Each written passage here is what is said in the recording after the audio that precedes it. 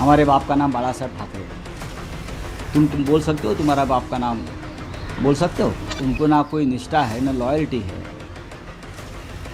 गांजा पीते हैं, नशा करते हैं और इस प्रकार की बातें करते हैं। 60 साल शिवसेना को हो गए। ये बहुत लंबा सफ़र है और बहुत ही संघर्षपूर्ण सफ़र है। जो घाव हुए हमारे पीठ पर हो गए। इस देश में वो प्रेसिडेंशियल सिस्टम लाना चाहते हैं, हुकुमशाही, तानाशाही, इसलिए सब चल रहा है।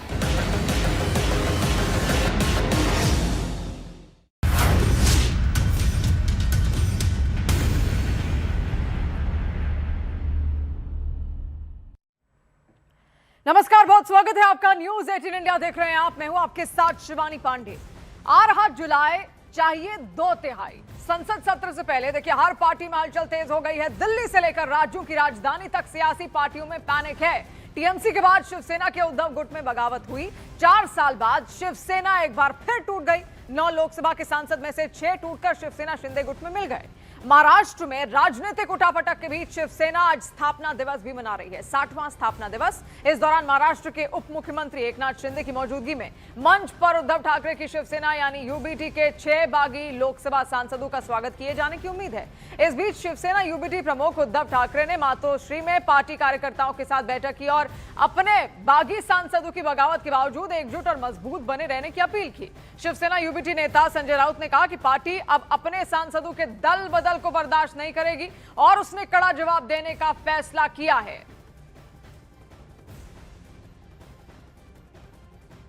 अच्छा, तुम्हारा बाप का नाम बताइए, बोलो, असली बाप का नाम बताइए। हमारे बाप का नाम बाला साहब ठाकरे है। तुम बोल सकते हो तुम्हारा बाप का नाम बोल सकते हो? शिवसेना के बाप का नाम बाला साहब ठाकरे है। ये देखिए, छोड़ दीजिए, ये सब बिके हुए लोग हैं। ये पैसे के पीछे वो लोग पागल हो गए हैं। उनको ना कोई निष्ठा है, ना लॉयल्टी है, गांजा पीते हैं, नशा करते हैं और इस प्रकार की बातें करते हैं। आगे से कोई घाव नहीं करेगा, हिम्मत नहीं होगी। जो घाव हुए हमारे पीठ पर हो गए, कल तक हो रहे हैं, आगे भी हो गए, लेकिन हम आगे जाएंगे। महाराष्ट्र में और केंद्र में हमारी सत्ता आएगी, तब हम उनको दिखाएंगे क्या है। 8 से 50 वाला लोकसभा का आंकड़ा लेकर संविधान में बदल करेंगे। संविधान बदलने के बाद डेमोक्रेटिक सिस्टम ख़त्म करेंगे और इस देश में वो प्रेसिडेंशियल सिस्टम लाना चाहते हैं, हुकुमशाही, तानाशाही, इसलिए सब चल रहा है, लेकिन हमें होने नहीं दे। तो आज शिवसेना का 60वां स्थापना दिवस है। एक तरफ पार्टी अपने 6 दशक पूरे होने का जश्न मना रही है, तो दूसरी तरफ महाराष्ट्र की राजनीति में पोस्टर वॉर ने सियासी तापमान बढ़ा दिया। मुंबई में शिवसेना यूबीटी ने पोस्टरों के जरिए शिंदे गुट पर तीखा हमला बोला। पोस्टरों में लिखा हुआ दिखाई दिया कि गद्दार बदले, चेहरे बदले, विचारधारा नहीं बदली और 60 साल का भरोसा धोखे के तूफान में भी अडिग रहा। इन नारों के जरिए उद्धव ठाकरे की पार्टी ने खुद को बाला साहिब ठाकरे की असली राजनीतिक विरासत बताने की कोशिश की। वहीं शिंदे गुट को निशाने पर लिया है। ऐसे समय में जब शिवसेना की विरासत और असली पहचान को लेकर दोनों खेमों के बीच सियासी जंग जारी है। स्थापना दिवस का यह मौका भी शक्ति प्रदर्शन और सियासी संदेश देने का मंच बन गया है, यानी कि जश्न के साथ साथ आरोप प्रत्यारोप का दौर भी जारी है।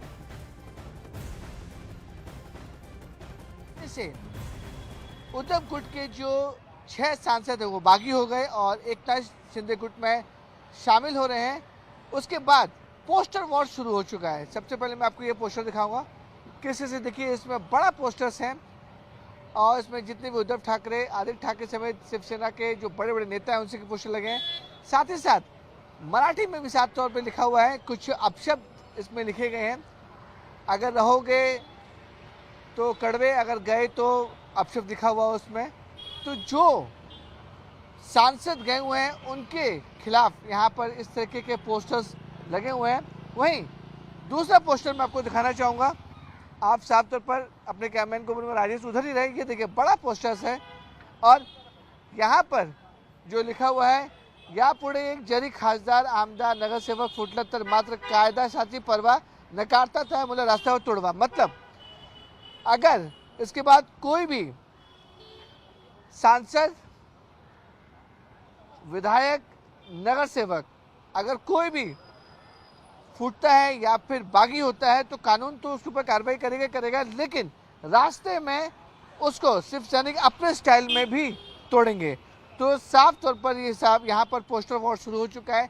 बड़े बड़े पोस्टर्स यहाँ पर लगे हुए हैं और इस तरीके के जो पोस्टर्स हैं, खासकर जो ठाकरे गुट के जो उन्होंने पोस्टर्स लगाए हैं, तो कहीं ना कहीं गुस्सा उनका उस पोस्टर पर साफ तौर पर नजर आ रहा है। तो सवाल यह है कि उद्धव की पार्टी में बगावत आखिर क्यों उद्धव ठाकरे के 9 सांसदों में से 6 सांसद ने बगावत का रास्ता चुना? तो आइए जानते हैं। ठाकरे गुट के बागी नेताओं ने कांग्रेस में विलय की आशंका जताई थी। पत्र में कांग्रेस में विलय की कोशिशों का जिक्र किया गया था। इसके अलावा विलय की अटकलों के बीच सांसदों ने नाराजगी जताई थी। 6 सांसदों ने अलग राह चुनने का फैसला किया। सभी बागी सांसद एकनाथ शिंदे के साथ जाने को तैयार हुए। फिर उद्धव गुट के 6 बागी सांसदों ने लोकसभा अध्यक्ष को एक पत्र सौंपा। सभी सांसदों ने हस्ताक्षर के साथ उसमें लिखित जानकारी दी कि आखिर कारण क्या है। पत्र में शिंदे गुट में विलय करने की भी बाकायदा जानकारी दी गई थी, यानी कि पार्टी लाइन से हटकर कुछ करने की यहां पर जानकारी दी गई थी और इसी वजह से बागी सांसदों की पूरी नाराजगी यहां पर निकलकर सामने आई। तो देखिए, इस पर चर्चा करना बहुत ज्यादा जरूरी है कि आखिर शिवसेना यूबीटी के अंदर ऐसा क्यों हो रहा है और आगे की राह अब किस तरीके से शिवसेना अपने लिए तैयार करेगी। और इस वक्त हमारे साथ कई सारे मेहमान यहां पर जुड़ चुके हैं। किशोर तिवारी जी हैं, प्रवक्ता हैं शिवसेना उद्धव गुट के, आपका बहुत बहुत स्वागत। शायना एनसी जी इस वक्त हमारे साथ जुड़ चुकी हैं, प्रवक्ता हैं शिवसेना शिंदे गुट की, आपका बहुत बहुत स्वागत। फराज किदवई जी कुछ देर में हमारे साथ जुड़ेंगे, प्रवक्ता हैं समाजवादी पार्टी के। विजय शर्मा जी प्रवक्ता हैं बीजेपी के, हमारे साथ जुड़ चुके हैं, बहुत स्वागत विजय जी। फिर विवेक गुप्ता हमारे सहयोगी मुंबई से इस वक्त लाइव है। विवेक, हमने देखा आपने एक रिपोर्ट हमें भेजी है, पोस्टर्स पर अलग अलग अभद्र भाषा का भी बाकायदा इस्तेमाल यहां पर किया गया है। हाँ बिल्कुल ठीक है शिवानी। देखिए, कहीं ना कहीं उद्धव गुट में नाराजगी है और ये नाराजगी वो पोस्टर वॉर के जरिए है। एक बार मैं फिर से दिखाना चाहूँगा, इस समय मैं मुंबई के माटुंगा इलाके में हूँ। सन्मुखन हॉल में उद्धव गुट के शिवसेना का वर्धापन दिवस यहाँ पे मनाया जा रहा है। बड़े बड़े पोस्टर्स लगे हैं, देखिए उसमें उद्धव ठाकरे, आदित्य ठाकरे, सबके बड़े बड़े पोस्टर्स लगे हुए हैं। लेकिन साफ तौर पर जो बागी विधायक, जो बागी जो नेता हो गए हैं, उनके खिलाफ भी साफ इंडिकेशन लिखा हुआ है कि उनके साथ क्या होगा क्या नहीं होगा। वहीं दूसरी तरफ एक और बड़ा पोस्टर मैं आपको दिखाना चाहूँगा, जो सन्मुखानंद जो मेन गेट है उसके ठीक पीछे ये बड़ा पोस्टर लिखा हुआ है। इसमें भी इसी तरीके का भाषा उपयोग किया गया है कि कोई भी सांसद, विधायक, नगर सेवक अगर फूटता है तो वो रास्ते में सिर्फ सैनिक उससे तोड़ेंगे। तो ये बाला साहब ठाकरे ने भी अपने किसी भाषण में बोला था, वही लाइन एक बार फिर से यहाँ पे लिखी गई है। तो कहीं ना कहीं पोस्टर्स बहुत शुरू हो चुके हैं। जो नाराजगी है, जो गुस्सा है उद्धव गुट के कार्यकर्ताओं का, उद्धव गुट के नेताओं का, वो गुस्सा कहीं ना कहीं पोस्टर के जरिए सामने आ रहा है। क्योंकि देखिए, ये एक तरफ एकनाथ शिंदे का मुंबई के गोरेगांव इलाके में जो नेस्को है वहां पर वर्धापन दिवस का बड़ा कार्यक्रम है, वहीं दूसरी तरफ उद्धव गुट का भी शिवसेना का वर्धापन दिवस का यहाँ पे कार्यक्रम है। तो कहीं ना कहीं शक्ति प्रदर्शन ये जरूर हो रहा है। लेकिन अगर हम कहेंगे कि जिस समय कुछ दिन पहले ही जब 6 सांसद यहाँ से फूटे हैं, उद्धव गुट से शिंदे गुट में शामिल हुए हैं, तो कहीं ना कहीं सबकी नजरें रहेंगी कि अब जब रात को जो भाषण होगा उसमें उद्धव ठाकरे क्या कहते हैं और एकनाथ शिंदे क्या कहते हैं। इन दोनों नेताओं के भाषण बहुत इंपॉर्टेंट रहेंगे आज। बेशक विवेक, बहुत ज्यादा जरूरी है कि आखिर आगे की रणनीति किस तरीके से अब उद्धव गुट यहाँ पर तैयार करेगा और उसी को लेकर हम चर्चा भी यहाँ पर शुरू करेंगे। किशोर जी, सबसे पहले आप ही से सवाल, ये जो भाषा का इस्तेमाल यहाँ पर, ठीक है नाराजगी है, समझ में आता है, बेहद नाराजगी होनी भी चाहिए क्योंकि ऐसा आपके ही पार्टी के सिंबल पर वो लड़े, सांसद बने और फिर इस तरीके की तस्वीर निकलकर सामने आ रही है। लेकिन ये पोस्टरों में जो भाषा लिखी है, क्या संकेत है? मतलब गुस्सा इतना बढ़ गया कि अभद्र भाषा तक बात पहुंच गई? देखिए, यहाँ मैं बताऊं, भाषा पर नियंत्रण नहीं रहने से और सभ्य भाषा नहीं बोलने से, आपने जिस दिन न्यूज डिस्क्लोज की ना कि 6 लोगों के सिग्नेचर हो गए हैं, उस वक्त 2 खासदारों के सिग्नेचर नहीं हुए थे। मैंने दोनों से बात की, संजय दीना पाटिल और ओम प्रकाश राजे, अपना ओम राजेश निंबालकर, ये दोनों ने बोला हमने साइन नहीं की है। तो प्रॉब्लम ऐसा था कि ये दोनों भी बॉर्डर पे थे। लेकिन जब वो अभद्र भाषा से गालियां दी गई, देख लेंगे, तुड़वा देंगे, भड़वे हो, इस सब से क्या हुआ बताता हूं कि इसके पहले भी पार्टी टूटी, वो लोग फिर से चुनाव में खड़े रहे, फिर से चुन के भी आ गए। यानी मतदाताओं को किसी की वफादारी पे और गद्दारी पे कोई लेना देना नहीं है। अब मैंने उस दिन भी तुम्हारे चैनल पे बहुत इंपॉर्टेंट बात बोला था कि आप टिकट बेचोगे तो सांसद अपने पूरे पैसे वसूल करेंगे। आप ये कह रहे थे कौन, संजय राउत की हमने इनको प्रचार करने के लिए भी पैसे दिए, निधि दिया। बकवास बात है। जो यवतमाल वाला था वो तरसते रह गया था, वो तरसते रह गया था। वो उसने इतने पैसे लगाए और वो चुन के आया। उसके 2 साल से कोई काम नहीं हो रहे, कोई उसको फॉलो अप नहीं कर रहा, वो क्या करेगा? हाँ, अब मुझे बताइए कि जनता को ही सब चलता है तो अब नीति और भ्रष्टाचार की बात तो उन्होंने करना चाहिए जिन्होंने नीति और भ्रष्टाचार पर अपना रास्ता चुना है। आज भी उनकी भाषा थी, आज भी उनकी भाषा थी कि ये लोग गांजा पीते हैं। हाँ, ये गांजा पी के बड़ी बड़ी तो बातें किशोर जी, आपको करते क्या हैं। लग रहा है, ये भाषा की वजह से भी एक नाराजगी थी कि आखिर इस तरीके की लैंग्वेज का इस्तेमाल क्यों किया जा रहा है उनके लिए? क्या उसको लेकर भी नाराजगी नहीं, थी? नहीं, ये इंजीनियर्ड किया था अमित शाह जी ने और ट्रिगर किया है संजय राउत ने। लेकिन संजय राउत का ने संकल्प लिया था कि बाला साहेब ठाकरे की ओरिजिनल शिवसेना वो पूरी की पूरी खत्म कर देंगे। तो उनके संकल्प पूरा हो गया। तो वो संकल्प पूरा होने के बाद भी संजय राउत अभी जो संताप बता रहे हैं, तो मुझे नहीं लगता कि वो सच बोल रहे हैं। वो सच नहीं बोल रहे, वो खुद ही कह रहे थे कि कांग्रेस में शामिल हो जाओ। हाँ, अब मुझे बताइए, हाँ, शिवसेना वाले शिवसेना में गए, वो तो अच्छा रहा ना। ये कांग्रेस में विलय हो जाते तो क्या करते? आप बोलते कि शरद पवार के नेतृत्व में काम करो, आप एनसीपी की स्पोक्स पर्सन हो। और ये आप पत्र में भी जिक्र है इसका। किशोर जी, आपके पास वापस आऊंगी। शायना एनसीबी आपको लगातार सुन रही थी तो उनके चेहरे पर एक हल्की मुस्कान भी थी। शायना जी, आप भी रही हैं शिवसेना का हिस्सा, क्या होता है? मतलब ये नाराजगी शायद दूसरी बार ऐसा है, टोटल मिला के तो 5वीं बार ऐसा है। 1991, फिर 2005, 2006, अब 2022, अब ये तारीख फिर से आ गई। जून का महीना अच्छा नहीं रहा है शिवसेना के लिए। जून 2022 में भी यही तस्वीर आई थी। पहले तो मैं मानती हूँ कि किशोर जी ने बिल्कुल सच बोला है। संजय राउत ने सही में सुपारी ली है उबाटा को ख़त्म करने के लिए, लेकिन इसके बावजूद सवाल बहुत सारे उठते हैं। क्यों एक पार्टी यूबीटी 4 बार टूटती है? क्यों उनके नेतागण उनके नेतृत्व से नाखुश हैं? क्यों है ये घमंड की राजनीति?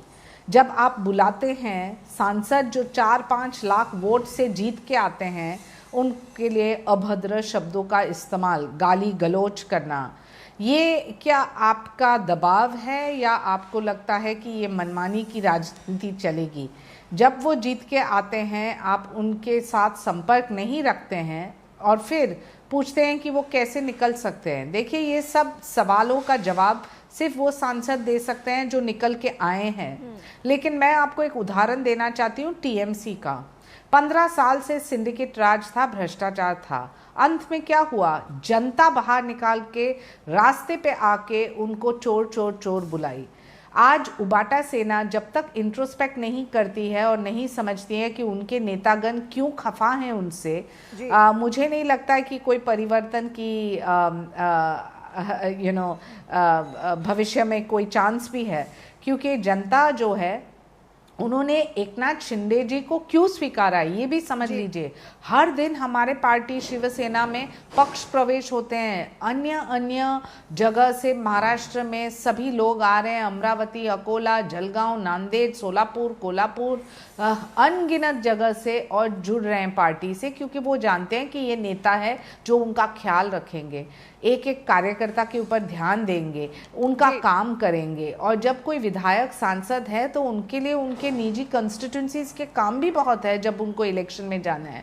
तो ये सब चीज़ समझने की आवश्यकता है। और मैं सिर्फ कहूँगी कि 2019 में जब उन्होंने कांग्रेस के गोदी में जाके बैठे सिर्फ सत्ता के मोह माया के लिए, तब किसी को सवाल नहीं पूछना चाहिए था। कहाँ था हिंदू हृदय सम्राट आदरणीय बाला साहेब ठाकरे जी का विचारधारा? आपने डस्टबिन में जो फेंका। और अब जब ये वातावरण आती है तो आप बोलते हैं देखिए षड्यंत्र, हमें ख़त्म करने का कोई खत्म करने की आवश्यकता नहीं है। आपकी नैया तो पहले ही डूब चुकी जिस दिन आप कांग्रेस के साथ यानी गए थे। टॉप लीडरशिप से नाराजगी थी decline और जो इसका आप जिक्र देख रहे पहले हैं, भी हुआ है। दूसरी तरफ आप भी जैसा अभी शायना अंसी जी आपने भी कहा, इसके अलावा और किशोर जी भी दूसरी यही चीज तरफ मेंशन करने की कोशिश हमारे कर रहे थे। नेता, एक सेकंड, आज हमारा वर्धापन दिवस है। वर्धापन दिवस पे एक नेता एकनाथ जी शिंदे जो एक ऑटो रिक्शा ड्राइवर से बने हैं, आज प्रमुख पार्टी के मुख्यमंत्री रहे, डिप्यूटी सीएम रहे, उनका एक ही लक्ष्य है ऑपरेशन प्रगति। प्रगति के लिए, महाराष्ट्र के लिए काम करो, और वो रफ्तार से जो वो काम कर रहे हैं, इस दृष्टि से ऑन ग्राउंड उनकी पॉपुलैरिटी इतनी बड़ी है। किशोर जी आपके पास आऊंगी, विजय जी से पहले सबका रिएक्शन लेना बहुत जरूरी है। विजय जी, ये बार बार आप लोगों पर भी बड़ा आरोप लगते रहे, किशोर जी ने भी आपका भी नाम लिया, मतलब गृह मंत्री अमित शाह का भी नाम लिया कि पहले उनकी ओर से शुरुआत हुई थी, फिर वो संजय राउत पे आए। ये ऑपरेशन लोटस बहुत जिक्र होता है, ऑपरेशन टाइगर का जिक्र होता है, क्यों बार बार ये ऐसा होता है कि आप लोगों पर सब कुछ आ जाता है कि आप ही लोग पार्टी तोड़ रहे हैं? बीजेपी पार्टी तोड़ने का काम करती है, किसी भी नेतृत्व को तोड़ने का काम करती है। क्योंकि शिवानी जी, ये आरोप लगाना बेहद आसान है। आप किसी के ऊपर आरोप लगा दो, भाई आपने किसी तरह का आत्ममंथन तो करना नहीं, आपने विचारधारा देखनी नहीं। बाला साहब ठाकरे जी की विचारधारा क्या थी? पालघर पे जो साधुओं के ऊपर किस तरह से उनकी नृशंस हत्या की गई, और उद्धव ठाकरे जी चीफ मिनिस्टर मौन बने रहे। किस तरह से टीपू सुल्तान जो एक नृशंस हत्यारा था, हजारों हिंदुओं की कत्लेआम का और मतांतरण का जिसके ऊपर आरोप था, वो बॉम्बे में उनका खेल ये मैदान बनवाते हैं, उसका नाम रखते हैं। तो ऐसी बातें आप करेंगे। किस तरह से परमवीर सिंह जो अपराध के, आप देखिए गठजोड़ देखिए, अपराध और भ्रष्टाचार का 100 करोड़ के आरोप लगाए थे। इनका मुख्यमंत्री रहते हुए कि मेरे से 100 करोड़ की डिमांड की है कि हर महीने 100 करोड़ लाइए, तो उसके ऊपर इन्होंने, उद्धव ठाकरे जी ने क्या लिया? जब आप विचारधारा की तिलांजलि दे देंगे तो पार्टी तो निश्चित तौर पे टूटेगी, ये सबको पता है। बाला साहब जो थी वो हिंदू हृदय सम्राट के नाम से जाने जाते थे। तो बायोलॉजिकल अगर कोई पिता हो जाते, उससे विरासत नहीं मिलती, विरासत मिलती है उनकी विचारधारा जी, उनके जो सपने थे उनको आगे बढ़ाने से मिलती है। तो इतने सारे जो काम थे वो किसने? शिंदे साहब ने आगे बढ़ाने का काम किया। अब जो बॉम्बे ब्लास्ट के आरोपी थे, सैकड़ों जिसमें लोग निर्दोष मारे गए, उनके वहां किस तरह से चाक चौकन वहां पे लाइटिंग और ये करवाने का, याकूब मेमन की वहां आप जाके करवाओगे, सजदे करोगे वहां जाके, तो आपको किस तरह से वोट मिलेंगे? आपको तो दुत्कारा जाएगा। चुनो है एमपीओ को, मैं आपके प्लेटफॉर्म पर वो शब्द यूज नहीं कर सकता, किशोर जी ने भी नहीं किए। जिस तरह से चुनो है प्रतिनिधियों के, एमपीओ के लिए इन्होंने गाली गलौज की है संजय राउत जी ने, तो ये अपने आत्ममंथन का समय है और गाली आप दूसरे को दे रहे हो, तो यही हाल सुन यानी पार्टी लाइन के खिलाफ जाकर बहुत सारे काम हुए और इसीलिए बगावत की जो बार बार बातें निकलकर सामने आती है, इसी वजह से आती है। आऊंगी आपके पास वापस। फराज किदवई जी भी इस वक्त हैं, प्रवक्ता है समाजवादी पार्टी के। बहुत स्वागत है फराज जी, उस वक्त आप हमारे साथ जुड़े नहीं थे। फराज जी, मेरा सवाल आपसे, जो टॉप लीडरशिप को लेकर बड़ी चर्चाएं हैं कि टॉप लीडरशिप सुनती नहीं है, सीधे कोई कांटेक्ट नहीं हो पाता उनसे, ये हर पार्टी में यही देखने को मिला। टीएमसी में भी यही कहानी थी, क्योंकि नहीं सुना गया, ना ममता बनर्जी सुन रही थी, ना अभिषेक बनर्जी सुन रहे थे। यहां पर भी यही कहानी निकलकर सामने आ रही कि वहां तक रीच ही नहीं है। तो क्या समाजवादी पार्टी में भी ऐसा ही है? क्योंकि विधानसभा चुनाव आपके यहां भी होने वाले हैं और अब तो बातें ऐसी भी चल रही है कि आपके भी 25-26 विधायक उनके संपर्क में, बीजेपी के संपर्क में वो जा सकते हैं कभी बुलाने पर।